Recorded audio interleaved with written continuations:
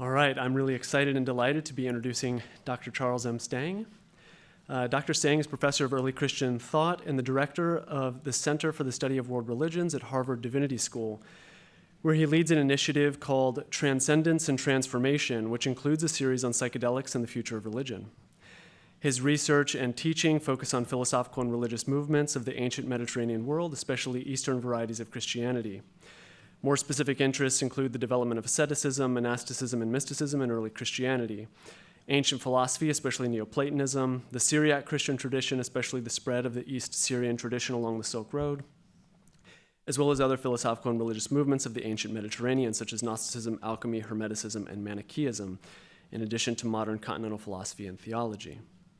His major publications include Apophasis and Pseudonymity in Dionysus the Areopagite, No Longer I, and Our Divine Double. And current projects include an edition and translation of Evagrius of Pontus's Great Letter, a translation of Henri Corbin's The Paradox of Monotheism, and a book on the imagination of fire in the ancient Mediterranean world.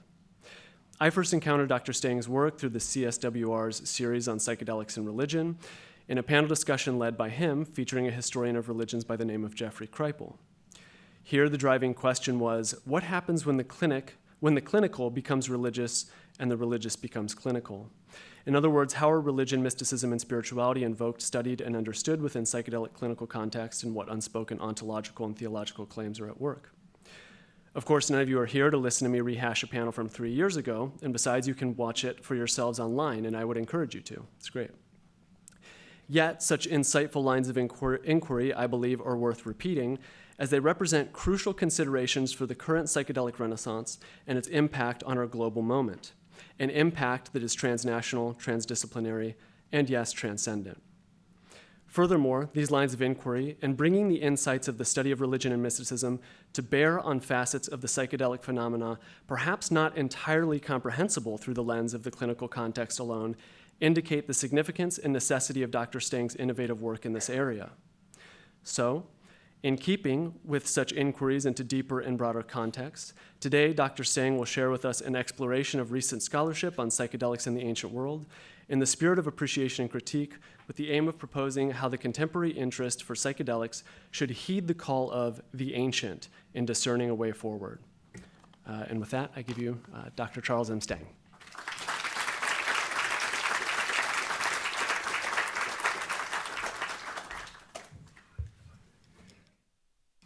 Thank you, Zach, for that very kind introduction, and thank you, Jeff, for the invitation to address this audience.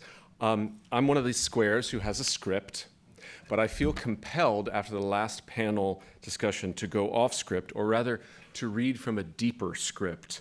As Michael Murphy, the co-founder of Esalen Institute, often says, who's writing this script? And what I want to share with you is the poignancy of my presentation following on that panel, and especially Karin's moving testimony about John Mack. First of all, the poignancy of my coming to you from Harvard, an institution that mistreated John Mack so terribly. So at my first, I confess my first emotion was compunction and shame. So I'm working through that privately. But the more interesting poignancy is perhaps more of a synchronicity, is that I stand before you as someone who over 20 years ago fell under the spell of T.E. Lawrence, otherwise known as Lawrence of Arabia. And as Karin mentioned, John's Pulitzer Prize winning book called A Prince of Our Disorder remains, in my estimation, the single best book on T.E. Lawrence. And there are lines of connection in my mind between the work he did on Lawrence and his work with experiencers. I want to say something else a little bit more confessional, which is that listening to that presentation, it became clear to me I had to confess to this group that T.E. Lawrence still haunts me, and I use that word rather deliberately.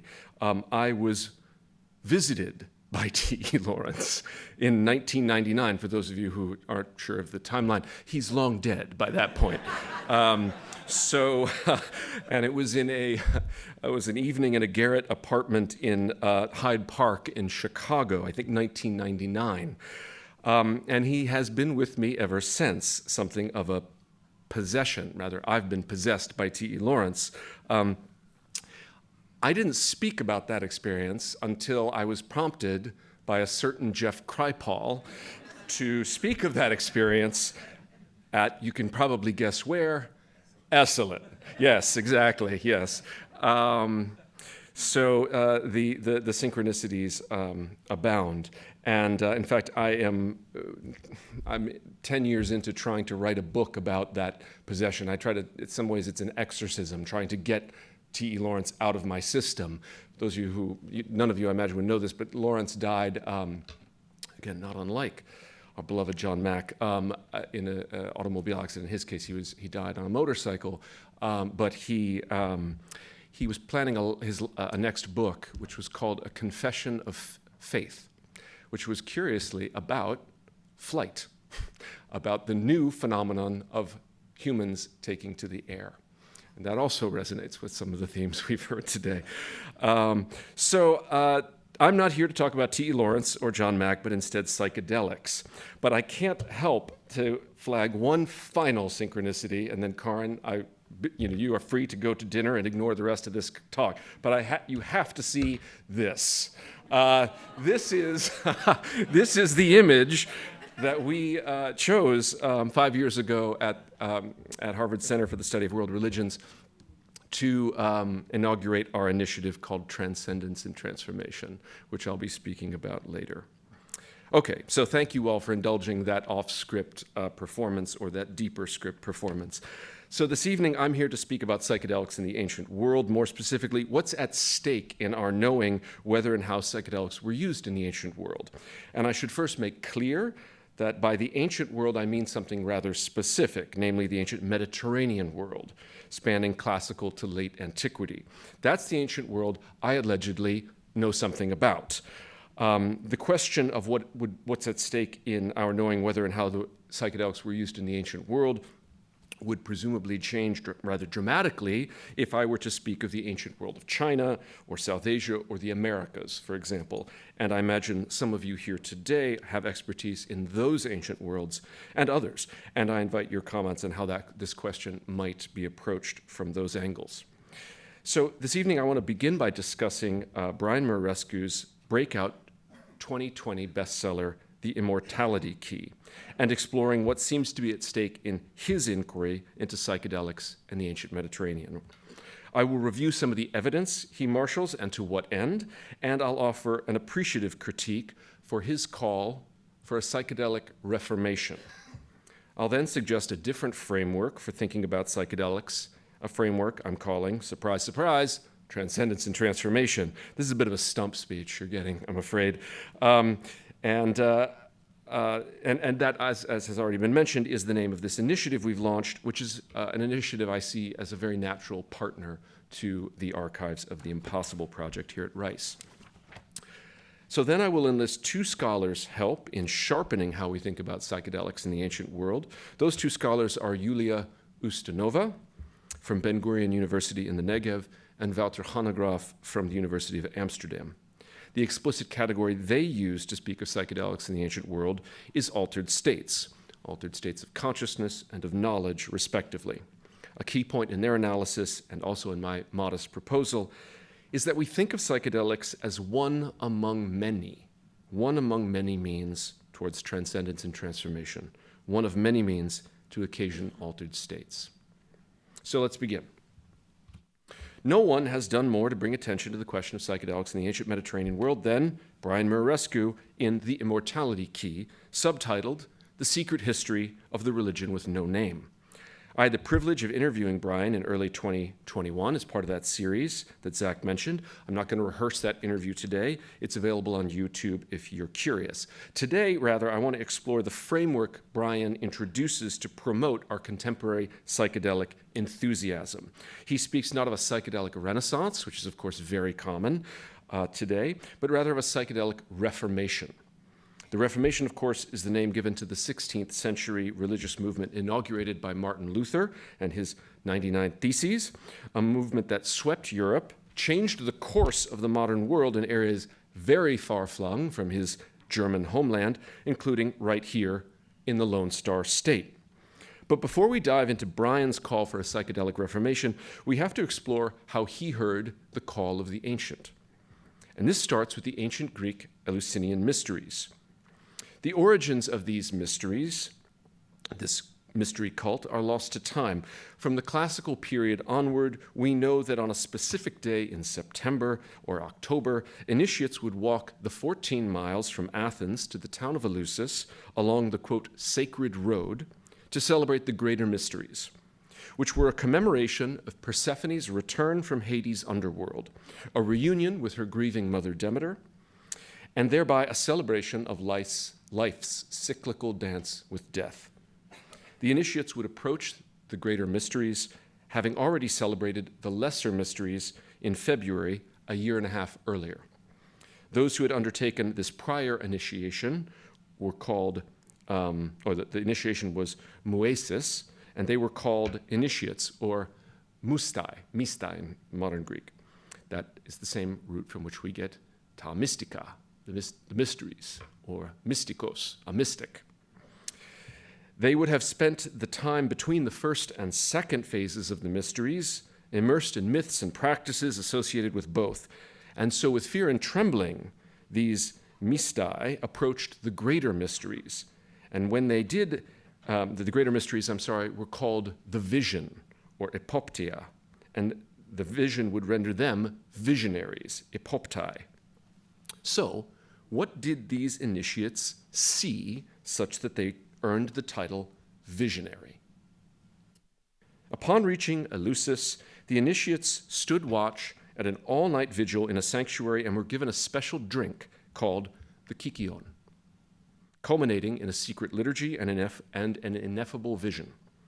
Of what we're not quite sure, because the initiatory ritual and accompanying vision were mysteries, after all. Initiates were strictly forbidden from divulging the secrets of Eleusis, and some speculate that what they beheld was in any case beyond description, ineffable. But from scattered reports and remarks over the centuries, scholars have surmised that at the height of the liturgy, a high priest would invoke the goddess Demeter and Persephone, and that at a climax, complete with a deafening gong and pyrotechnics, the underworld would open and one or both goddesses would appear to the assembled. Not surprisingly, scholars have wondered what might have been in that kykion, right? If the vision was the result of an elaborate sound and light show orchestrated by priests in the inner sanctum to induce a kind of ritual ecstasy, might the kykion have been a psychoactive sacrament that helped induce that mystical ecstatic vision? The German scholar of Greek religion, Walter Burkert, floated the idea in 1977.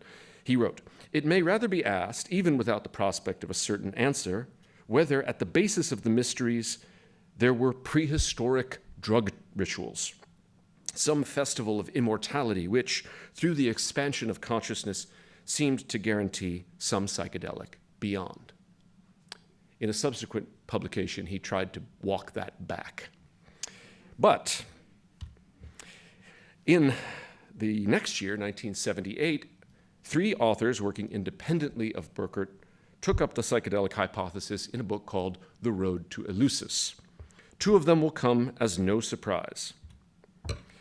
The first was R. Gordon Wasson, the amateur ethnomycologist whose 1957 article in Life magazine, Seeking the Magic Mushroom, told of his experiences ingesting psychoactive mushrooms with the Mazatec people of Mexico, led by the shaman Maria Sabina. His article opened the floodgates to a torrent of Western seekers looking to expand their consciousness. The sad story of the effect of that influx on the Mazatec people and on Maria Sabina in particular is well known. The second author was Albert Hofmann, the Swiss chemist who first synthesized LSD in 1938 and who, in resynthesizing it in 1943, inadvertently absorbed some into his system and so famously discovered its hallucinogenic effects. It was Hoffman who analyzed the samples of magic mushrooms Wasson brought back from Mexico and identified their active compounds, that is, psilocybin and psilocine. Later, Wasson asked Hoffman whether the ancient Greeks might have had the capacity of isolating a psychoactive agent from ergot, which is a fungal parasite that grows on many grains.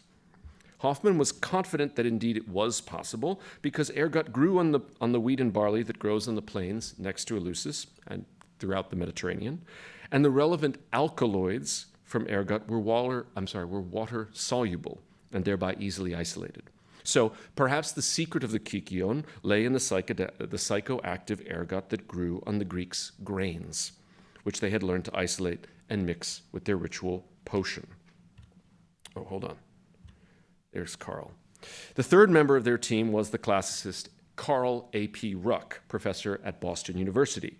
He claimed that what the initiates saw in the hall was nothing less than a mystical vision induced by a hallucinogen. Those are his words. A poem from the 7th century BC called the Homeric Hymn to Demeter tells the famous myth of Persephone's abduction and return and the establishment of the Eleusinian mysteries by the goddess herself, Demeter. The hymn also tells of the first potion's ingredients, the first kykeon. It included barley, water, and mint. Sadly, the manuscript breaks off just at the point with a gap of over 20 lines, so we don't know what else was revealed about its constitution, use, or effects. Now, according to Ruck, the Eleusinian priests were masters of what Timothy Leary later called set and setting, carefully curating initiates' interior states and exterior environment so that they would have a vivid vision of Persephone's return from Hades, a psychedelic trip that would forever reorient their lives and so their deaths. Ruck went further, though, and thanked Wasson and Hoffman because, quote, I think this is the next line, let's see. Yes. Those of us who have experienced the superior hallucinogen may now join the fellowship of the ancient initiates in a lasting bond of friendship, a friendship born of a shared experience of a reality far deeper than we had known before. Now an initiate himself, like Wasson and Hoffman, Ruck broke the ancient injunction and spoke the unspeakable secrets of Eleusis. The road to Eleusis was largely met with silence, at least among classicists. A short review in the 1979 issue of Classical World concluded that the evidence was insufficient, and thus that acceptance of the book's hypothesis, quote, depends on one's view of its plausibility or on faith. By faith, the reviewer clearly means experience, because he then quotes Ruck's admission of his own psychedelic experiences. The review was short, but hardly savage. The reaction at his home institution was less kind. John Silber, the legendary president of Boston University, removed Ruck as the chair of classics and barred him from teaching graduate seminars. He had tenure, so he kept his job, but he was marginalized and humiliated. Until recently, most classicists politely passed over his hypothesis with silence or a brief dismissive mention. Ruck responded by doubling down on the psychedelic hypothesis and widening his ambit to include the other Greek mystery religions, the psychedelic origins of religion itself, the possibility of a psychedelic Eucharist in early Christianity, and the lasting but hidden influence of all these on medieval and early modern Europe. But as he widened his ambit, he narrowed his audience. Only those who are already predisposed to the psychedelic hypothesis were likely to read his later books. It often seems as if Wasson, Hoffman, and Ruck are convinced that psychedelics are the only, or at least the preeminent technique for inducing mystical ecstasy. But why should we be persuaded of that? After all, the greater mysteries involved a year and a half of preparation and training, and during the week of the celebrations themselves, extensive trekking, fasting, dancing, and hence physical exhaustion. But also, identification with mythic figures, that is, gods and heroes, and what we might call theophanic dramaturgy. All of this amounts to some synergy and some, quote, somatic states that welcomed rather than resisted the combination of ingredients that was the kykeon. My own view is we should not put psychedelics on a pedestal where they might easily be knocked off, but rather acknowledge their place as part of the foundation of the ecstatic edifice at Eleusis. Of the three authors of The Road to Eleusis, only Ruck is still alive today. Wasson died in 1986 and Hoffman in 2008. Despite his rough going at Boston University, Ruck does not regret his decision to pursue the psychedelic hypothesis, nor does he hold any great grudge against his many skeptics and critics. Still, he must be pleased to see his hypothesis revived and defended with more evidence in Murarescu's The Immortality Key. We know Ruck is pleased because he appears throughout the pages of this book, which reads like a popular detective story mixed with learned nonfiction. Murarescu is a lawyer by trade, not a scholar, but he's nevertheless very learned. A BA in classics from Brown furnished him with Greek and Latin, as well as fluency in several European languages that afford him access to obscure research, like Catalan, and allow him to charm gatekeepers at relevant archaeological sites and archives, including the Vatican. Following in Ruck's footsteps, Murarescu suggests that the psychedelic sacrament at Eleusis is just the tip of the iceberg, and that behind the differing competing religions of the ancient Mediterranean, there was an even more ancient and pervasive Indo-European religion of ecstasy, a barely visible religion with no name, a religion at times celebrated, if also guarded, such as at Eleusis, a religion at times persecuted, especially by institutional Christianity. Like toadstools, though, this religion with no name seems to pop up throughout the sediment of ancient history, rearing its head or its hood, only briefly before returning to the earth from which it arose. But Christianity has a much more complicated place in Murarescu's secret history than this would suggest. He suspects that at least some early Christians were experimenting with a psychedelic Eucharist, and that with the rise of imperial orthodoxy in Rome, it was driven underground, perhaps literally, as in the case of the Roman catacombs. With one eye on the past, Murarescu fixes another on the present, or really the future, surfing what has been called the second wave of psychedelic research in the sciences, as evidenced by the trials at Johns Hopkins University and New York University. He wonders, like many others, whether the extraordinary therapeutic outcomes associated with these trials hearkens a new age of the religion with no name. Almost certainly, psilocybin and other psychedelics will soon become legal for therapeutic use. And if many find that psychedelics reliably induce extraordinary experiences of the divine, mystical, ecstatic states that are truly soul-revealing or psychedelic, then perhaps we stand on the threshold of a new reformation, a, quote, popular outbreak of mysticism. And when, not if, but when, for Murarescu, it can be shown that a psychedelic sacrament was the more ancient, perhaps even the original sacrament, then, as he puts it, the religion of no name is back. How did we get here? Let's step back and assess the evidence. It's easiest to do so in two stages. First, for the pagan mystery religions of the ancient Mediterranean, and second, for early Christianity, which Murarescu prefers to call primitive or paleo-Christianity, as if it were a diet. If there were hard evidence of psychedelics in the Eleusinian mysteries, how would we know it? After all, food and drink are ephemeral. They decompose quickly, so traditional archaeology can hardly dig them up, dust them off, and put them in a museum for display. Enter archaeological chemistry, or archaeochemistry for short.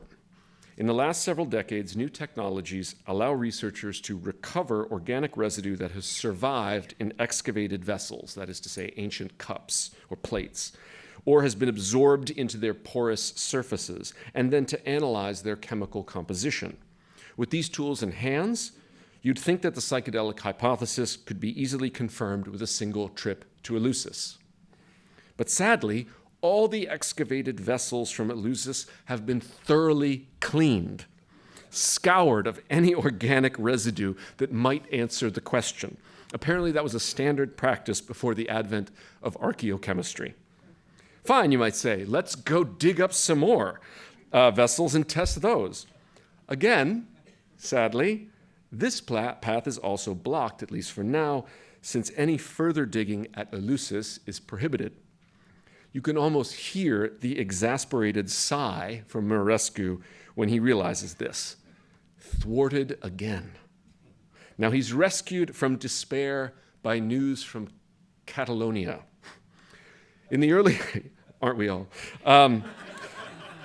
In the early 6th century BC, Greek colonists established a port city north of what is now Barcelona. They pressed inland in the next century and established a farmstead where, together with the local indigenous population, they farmed and worshipped. Archaeological evidence has emerged from this farmstead community, pointing to a suggestive connection with the Eleusinian mysteries. It seems as if these Greek colonists were familiar with the myths and rituals associated with Eleusis and incorporated them into whatever cult they practiced as part of their Hellenized farmstead. Inside of a domestic chapel of this agrarian cult, archaeologists found the remains of a human jawbone and a small ritual chalice, both of which tested positive for ergot, the very ingredient thought to be in the kykeon potion at Eleusis. Did the Greek colonists wrest the secrets of Eleusis from the priesthood and presume to practice their own mysteries in Catalonia? If so, their free adaptation of the mysteries would mark a betrayal of the initiate's oath of silence. But they didn't do it alone. They were working and worshiping with indigenous locals. Independent of the farmstead site, archaeochemists have discovered ample evidence of an even more ancient psychedelic beer in and around northeastern Spain. The locals' beer was spiked with variations of nightshade, not ergot. So the picture that emerges is that of a psychedelic collaborative of sorts.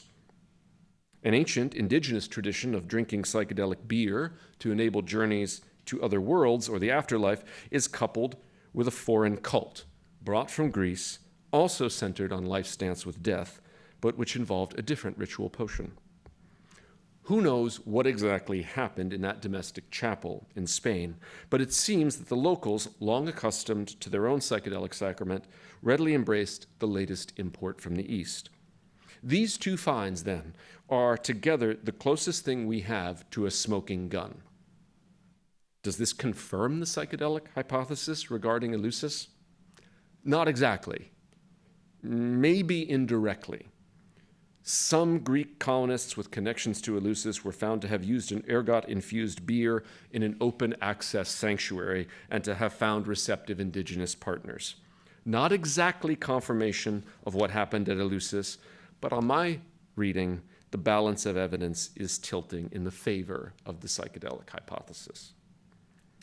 The second half of Murarescu's book is devoted to early Christianity. He argues that, quote, the primary motivation of the entire Reformation was the rediscovery of Christianity's true origins and its real meaning. Now, we know that the Reformers' portrait of early Christianity was in no small part a fiction. They painted early Christians in their own image so as to see themselves reflected in that history as the earliest among the faithful. I fear that Murarescu is doing much the same when he calls for a new Reformation and his quest for the original sacrament of Western civilization. He forwards what he calls the pagan continuity hypothesis with two questions. Before the rise of Christianity, did the ancient Greeks consume a secret psychedelic sacrament during their most famous and well-attended religious rituals? 2. Did the ancient Greeks pass a version of their sacrament along to the earliest Greek-speaking Christians, for whom the original Holy Communion or Eucharist was in fact a psychedelic Eucharist? He writes, if the answer to both questions is yes, then the New Reformation is as well-grounded and historically oriented as Martin Luther's Reformation. So a historian of the Reformation might find that very curious sentence, well-grounded in history. Okay, but in any case, and it becomes an immediate reality for the tens of millions of SBNRs and religiously disillusioned. I imagine you all know SBNR stands for spiritual but not religious. Now let's just take his two questions in turn. As for the first, we've already discussed how the answer is maybe. I'm more and more persuaded by the indirect evidence that the kykeon et eleusis may have included some psychoactive ingredient, which was part of a wider orchestrated ritual that induced the vision. As for the second question regarding the Christian Eucharist, Murarescu claims to explore, quote, an early secret form of Christianity that has been scrubbed from the record. Now here I must simply call foul. As far as I can tell, there is simply no evidence, direct or indirect, circumstantial or otherwise, that an early secret form of Christianity was using a psychedelic Eucharist. And even if evidence of a psychedelic Eucharist within the first centuries of Christianity were to surface, and it wouldn't surprise me if it did, it wouldn't tell us that the original Eucharist was psychedelic, or that it was ever the norm rather than the exception. Any more than the discovery of texts from the 2nd or 3rd century tells us about who Jesus really was, or what the original faith of early Christianity was. In the longer version of this lecture, I offer a much more sustained critique of the alleged evidence that Murarescu marshals. But in the interest of time, I'll simply say that at present, the answer to the second question, at present, the answer is simply no. Or at best, not yet. So on my best read, the answer to these two questions are a maybe and a no. Murarescu writes, I present every piece of evidence that, taken together, finally convinced me of the psychedelic reality behind Western civilization's original religion, the religion that started it all, the religion with no name. I will need much more convincing, and I think you should too. Now, I do find myself agreeing with Murarescu when he says that his book is a proof of concept. That is, proof that there's something in the ancient record. Some of it's already out, and more will follow if we learn how to look for it. I'm not remotely scandalized by the notion that the ancient rituals employed what we're calling psychedelics. I'm not surprised to find evidence for it among the Eleusinian mysteries, and I wouldn't be surprised to find some evidence for it in early Christianity. But we don't have that evidence. And so it feels as if Murarescu is letting some narrative rather than the evidence drive the inquiry. His narrative is clear. Psychedelic ritual was the ancient religion with no name, a nameless lineage of women with expertise in plant medicine and ritual ecstasy, suppressed by institutions of male privilege, jealous of their own power, preeminently the church, a religion that would not die despite severe and brutal persecution, a faith shared by Jesus, or at least his early followers, and other mystery religions of the ancient Mediterranean. But even if we were to find evidence of a psychedelic Eucharist, would that establish that it was the norm or the original form of the sacrament? I think we'd have to amass a lot of evidence to make that case. We might have to find the Holy Grail, literally, and I think Indiana Jones tried. It's been a while since I've seen the third movie, but... So given the silence of the hostile witnesses, the very churchmen you'd expect to rail against this practice, even if we were to find evidence of a psychedelic Eucharist, wouldn't it be more likely to have been something at the margins of Christianity? That's my guess. So in the end, it seems to me that in calling for a new Reformation, Murarescu has repeated the Reformers' error of retro-projecting their present, 16th century German piety, for example, onto the past of early Christianity. Murarescu is retrojecting his present, our present, the 21st century American psychedelic renaissance, onto that same past. This psychedelic past, which is really just a projection of the present, underwrites a psychedelic future, a new Reformation. He cites Aldous Huxley in support of this view. Huxley, in The Doors of Perception, calls not for a reformation per se, but for a revival of religion.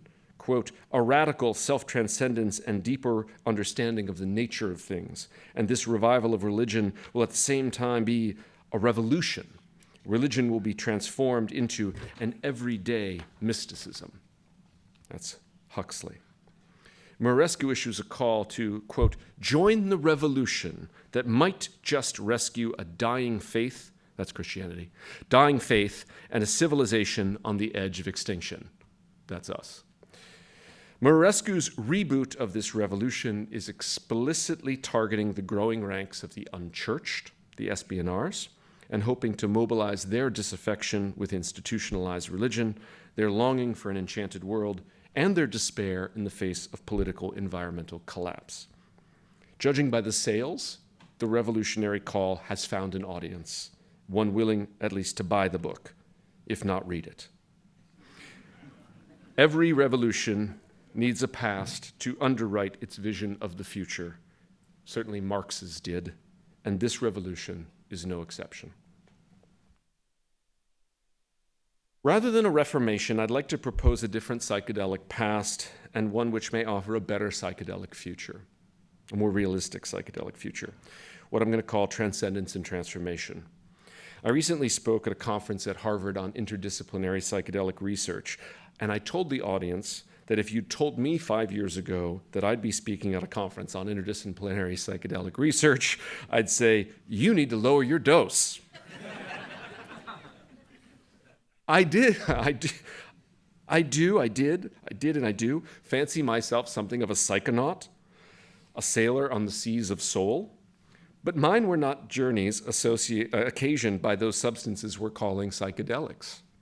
My drug of choice, as it were, was reading ancient texts in their original languages, which is a mind-altering and tried-and-true method I highly recommend.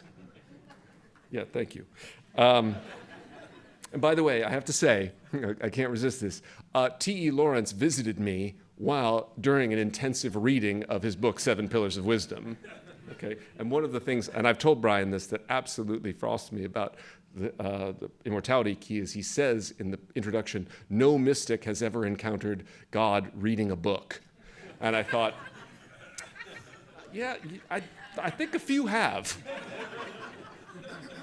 Maybe among the religions of the book. But in any case, I'll leave that to one side.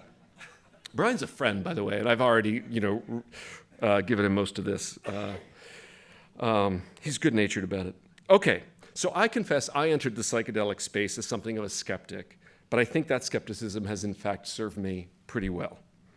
I don't think it's controversial to say that in the contemporary enthusiasm for psychedelics, there's a lot of noise. There's a lot of froth on this latte.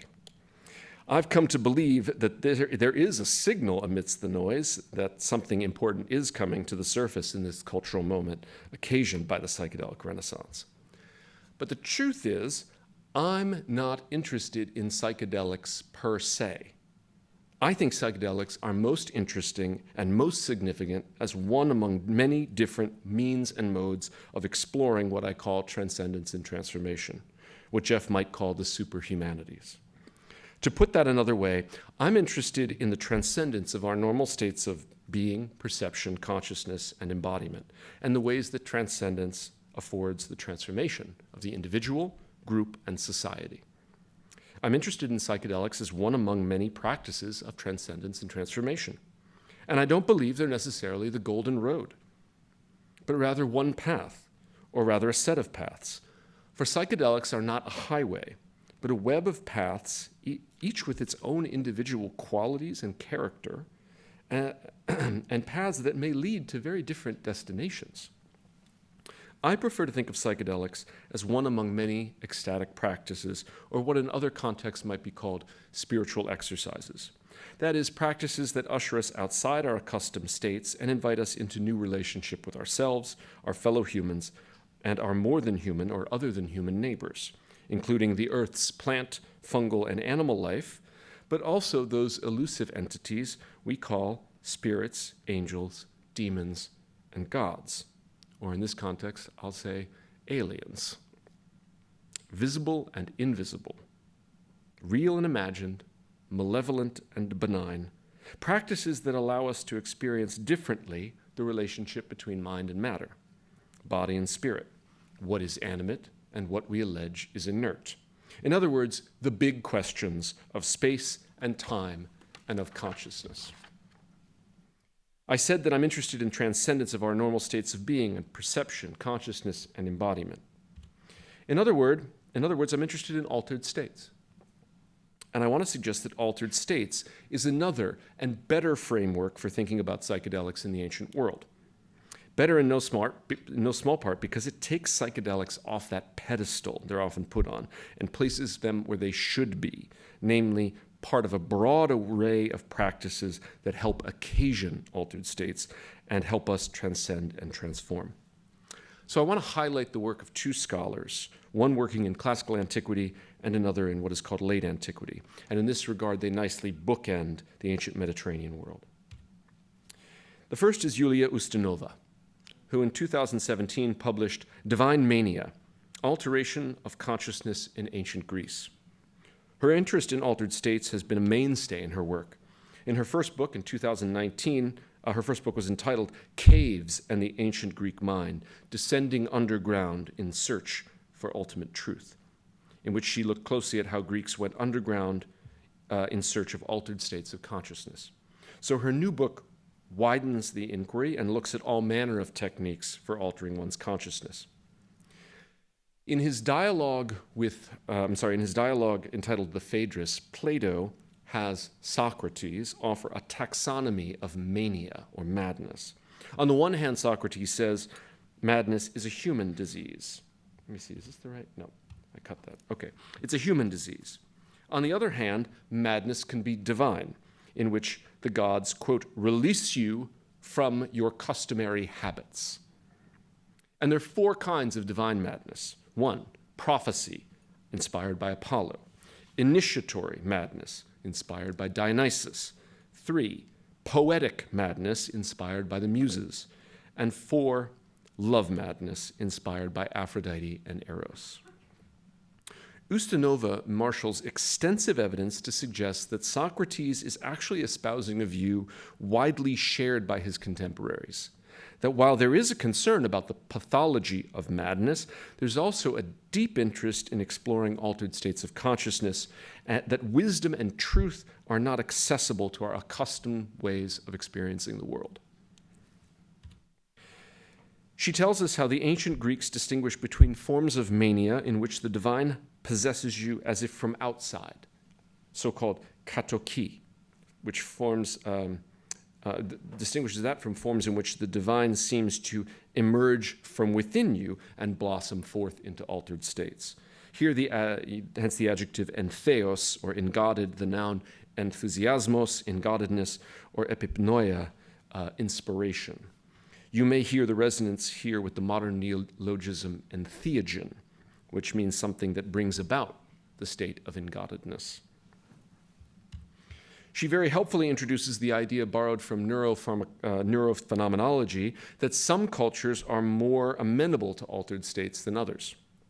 A so-called polyphasic culture tends to value, quote, altered states of consciousness experienced principally in ritual contexts. Now, such cultures tend to be pre-industrial. Ancient Greece was one such polyphasic culture, over and against ancient Rome, at least republican Rome, which was monophasic. That is, it tended, quote, to marginalize these experiences as unorthodox or even criminalize them, and alteration of consciousness in such societies is limited to the secular sphere. Republican Rome was certainly pre-industrial, and yet it was, on her view, committed to the suppression of altered states, at least until the imperial period, when it opened itself to the influence of ecstatic movements from Greece and further east. Now, I leave it to you to discern whether you think we are inhabiting a monophasic or polyphasic culture, or whether that distinction even maps onto the contemporary psychedelic scene, Renaissance, Reformation, Revolution, or Revival, or indeed none of the above. As you can probably tell, Ustinova is in dialogue with contemporary brain sciences, cognitive neuroscience, including neurophenomenology and neurotheology. She follows what's sometimes called 5E cognitive science, which insists that whatever we're calling consciousness is embedded, embrained, embodied, encultured, and extended. The alteration of consciousness follows suit, which is to say that alterations can be occasioned by techniques that target the brain, other parts of the body, or even the social body, the body politic. And although consciousness is encultured, quote, the ability to experience alteration of consciousness is a part of human biological potential, end quote.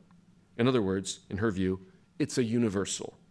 And the methods for altering it are, quote, similar cross-culturally. Methods generally fall into one of two modes: excessive stimulation or its opposite, deprivation. And the alteration of consciousness falls into three main types: physiological, pharmacological, and pathological. If we remove the pathological, which is an alteration of consciousness that most cultures, including ancient Greece, did not generally value, we're left with physiological and pharmacological alteration of consciousness. And while she does admit that there is evidence for what she calls psychotropic substances, they're simply one of among many techniques, and they hardly take center stage. Even when such substances are actors on the stage, they're often accompanied by other actors, that is to say, other modes and methods, such as music, movement, and the play of light and darkness, just as we saw at Eleusis. She published her book before Murarescu's, so about eleusis and the kykeon, she says that, quote, so far there's no unequivocal evidence for the use of mind-altering substances other than wine in mystery religions. To be honest, that claim still stands, because even the impressive evidence Murarescu unearths and marshals for his case is all indirect and therefore equivocal for the matter of the mysteries. But to be fair to him, much of his book is also devoted to arguing, quite persuasively, I might add, that ancient beer and wine were much more powerfully psychoactive than their contemporary descendants. So rather than focus on what we think of as psychedelics, such as ergot and the kykeon potion, Ustinova brings us back to the question of what might have inspired ancient oracles, such as at Delphi or Didyma. And I mean inspired quite literally, because the question is about the natural gases or vapors, what the Greeks called pneuma, that these oracles were said to have breathed in as part of their prophetic practice. Some argue that the concentration of these gases isn't or wasn't high enough to induce the trance-like states associated with the oracle's prophecy. But Ustinova argues that such an approach is limited. She writes, the concentration of the intoxicating gas needed to alter the consciousness of a highly hypnotizable individual, firmly believing in the sacredness of the rite, and after a day of fasting, is much lower than needed to induce such changes in the consciousness of an average person. Moreover, the gas could serve as a trigger, a driving factor that put into action the oracle's autosuggestion. And in this case, even a low concentration would have been sufficient. It's noteworthy that in various cultural practices around the globe, pattern dissociative identity can be precipitated by a combination of consciousness-altering substances with one or several other methods, or even be induced without any psychotropic substances. The Greeks seem to have been aware of the psychoactive qualities of pneuma, vapors, although they did not rely on it alone. The same seems to be the case at Didyma, where the oracle inhaled vapors from a sacred spring, or indeed in the cave of Akaraka, where the inhalation of natural gases was part of the practice of dream incubation. The point of all this is to underscore that psychoactive or psychotropic substances, whether ingested or inhaled, were one among many methods, a catalyst combined with other techniques for altering states, a trigger, one factor among many, part of a careful combination. Equally important to any cocktail of ecstatic techniques was the susceptibility or sensitivity of the individual. In the case of oracles, it's very likely that they were selected for their sensitivity, and that their sensitivity was cultivated, both over a lifetime of practice and in the short term as they prepared to issue their prophecies. This is captured again in that phrase, set and setting, the encultured mindset of an oracle and her audience, cultivated over a lifetime, paired with a profound setting and a range of practices designed to induce altered states. Ustinova's study of altered states in ancient Greece pairs well with Walter Hanegraaff's latest book, Hermetic Spirituality and the Historical Imagination, subtitled Altered States of Knowledge in Late Antiquity. With this book, we move from ancient Greece to late ancient Egypt, although in Egypt deeply Hellenized after centuries of rule by Greeks and thereafter Romans. Hermetic spirituality belongs to the Roman period, that is, the first several centuries of the Common Era, but it's a spirituality that emerged from centuries of Greco-Egyptian hybridity. Like Ustinova's, Hanegraaff's subtitle speaks of altered states. He explains, the subtitle of this book refers to the unquestionable fact that human consciousness is not stable and reliable, but fluid and susceptible to alteration. So that what we hold to be true must depend very much on how and where we're able to, or unable, to direct our attention. Alteration of consciousness results in altered states of knowledge. Hermetic practitioners believed that the horizon of human consciousness could not just be expanded, but could be transcended altogether, resulting in those states of absolute knowledge and direct insight to which they referred as gnosis. So his book explores in great detail how Hermeticists sought to access that absolute knowledge, or gnosis, through various means, including, but not limited to, psychoactive agents, hallucinogens, and herbs. Like the ancient oracles Ustinova describes, Hanegraaff focuses our attention on what has often been inhaled in such rituals, specifically the smoke of Kufi incense. Kufi was used in temples all throughout Egypt, and its narcotic properties induced a state of sleep-like reverie and relaxation in which the subject's imagination would be greatly empowered. The power of Kufi was known not only among temple priests, but among philosophers as well. The Platonist Plutarch said of Kufi that, quote, it brightens the imaginative faculty susceptible to dreams like a mirror. The illumination of the imagination was, of course, its own altered state, and here too we see a psychoactive inhalant playing a part, but not surprisingly, paired with deliberate breathing techniques. More famous than the smoke of Kufi, perhaps, is the psychedelic eye ointment described in the 4th century Greek magical papyrus text erroneously called the Mithras Liturgy. The text is an invocation to enable an initiate to ascend to a vision of the god Helios Mithras, who would then bestow on him or her immortality. Part of the invocation involves an eye ointment, whose ingredients include rose oil, myrrh, water lilies, contritus, and other ingredients not yet identified. Which ointment helped occasion the vision of the god?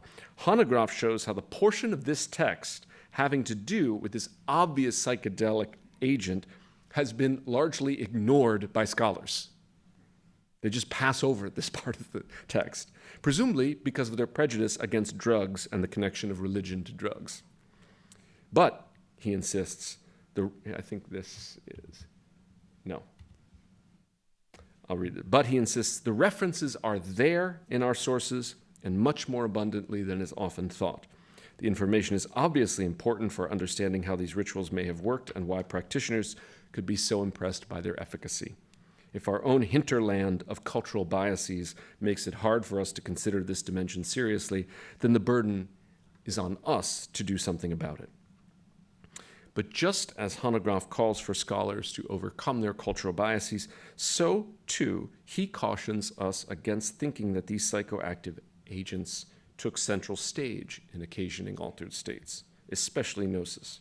He writes, if I've called some special attention to the role of psychoactive substances in this context, it's because of the relative neglect of that dimension needs to be corrected, while the underlying mechanisms of discursive marginalization must be properly understood. The implication is not that psychoactives are in any way central to the spiritual culture under discussion, or to Hermeticism more specifically. Rather, they should be seen as part of a broader, far more diverse and complex repertoire of techniques and procedures that were available to spiritual practitioners in late antiquity. So I hope the reasons for my appeal to Ustinova and Hanegraaff are clear. First, they both look at the ancient Mediterranean through the lens of altered states and explore various movements, both mainstream and esoteric, that work with altered states for the pursuit of wisdom, truth, and knowledge. Second, they're both open to the use of psychoactive substances or psychedelics in that pursuit, and in fact, they go out of their way to highlight the relevant evidence and critique scholarly biases that have marginalized that evidence. Third, and this is crucial, they both refuse the temptation to indulge in psychedelic exceptionalism, the notion that somehow what we're calling psychedelics are the exceptional or exemplary technique of altering one's consciousness. There are traditions of transcendence and transformation, traditions of working with altered states that have nothing to do with psychedelics. And even in those traditions that do, the ingestion or inhalation of psychoactive substances is often a catalyst in a much more complicated alchemical reaction, one factor in a much more complex equation. All right, conclusion. I want to circle back to the title of my talk, The Call of the Ancient. And then I want to suggest why I think the psychedelic past centered around transcendence and transformation can help us discern a better psychedelic future. First, I want to concede something. To speak of transcendence in the contemporary academy is transgressive. And to understand why, we should linger for a moment over that Latin preposition trans, as in transcendence, transformation, and now transgression. Trans means at its most basic level across or beyond, and it implies movement. Movement from one place to another, one state to another, across something like a threshold or a line or a boundary.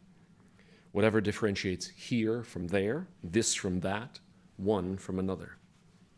Many contemporary thinkers are wary of transcendence because they think it implies a particular kind of movement, namely an escape from the thorny realities of history and its horrors, or its beauties. And they regard the escape as escapist. And they're certainly right that transcendence has been marshaled to justify the flight from our bodies and their demands on us, from other people and our responsibilities to them, from the earth and how we have grossly mistreated it. It appears to them, transcendence appears to them, as a metaphysical version of the billionaires launching themselves into space in their rockets, leaving us and this wounded world behind, changing their location, but not changing themselves one atom or inch. This is decidedly not what I invoke when I speak of transcendence. I'm committed to the trans in transcendence and transformation, movement across and beyond, to explore ourselves and others, and to embark on an adventure into this world and into others. For when we worry that transcendence might be an escape from our here and now, I want to ask whether we should be so confident that we know our here and now. Perhaps the first thing to be transcended is that very confidence, in hopes that we might discover other ways of being here and now. Rather than a flight from the body, for example, might transcendence be a flight into the body, or at least into other modes of embodiment we're not accustomed to perceive? I'm convinced that we are, individually and collectively, much more than we typically take ourselves to be, and that the urgent task is first a kind of imminent transcendence, crossing the most proximate thresholds of our accustomed states. Maybe that will open up onto new horizons of the then and the there. But we're not there yet, or are we? In any case, let's start here and now, recognizing that both here and now, like us, have always been much more than we've let them be. One last point. It's a brief one, I promise. What can psychedelics and the ancient Mediterranean, reframed, offer the future? Let's answer that by first turning to our present. In today's world, fueled in part by the psychedelic renaissance, there's a growing enthusiasm for altered states. Everyone's asking, to quote Michael Pollan, how to change my mind. But fewer are asking, why? To what end? Which alterations of consciousness are good? And for whom? And when? What do such altered states afford us? What do I learn about myself or my world by being altered? What should I seek to transcend and why? How should I seek to transform and why? And just as importantly, what should I not seek to transcend or transform and why? I worry that in today's world, altered states are all too often, like psychedelics, seen as ends unto themselves, a menu of extraordinary experiences we collect and compare, and with which we all too often compete. In the ancient world, there were more often frameworks for the pursuit and interpretation of altered states, mythologies and metaphysics, along with communities of practice to sustain them.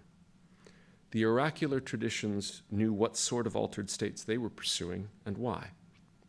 Followers of Dionysus and initiates at eleusis knew what sort of ecstasy or what sort of vision they were after and why.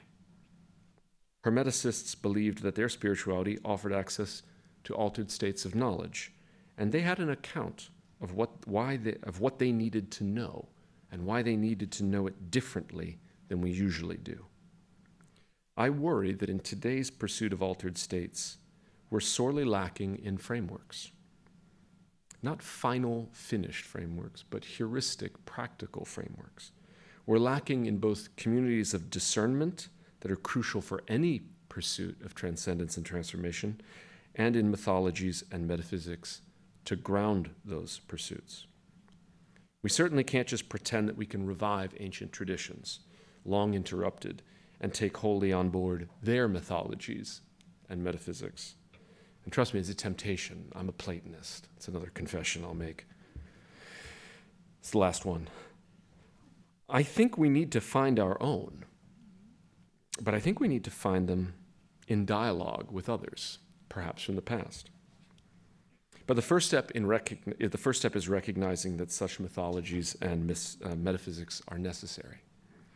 As we seek to imagine a psychedelic future in pursuit of transcendence and transformation, I invite us all to ask ourselves how the ancient archives of the impossible can best serve us today and tomorrow.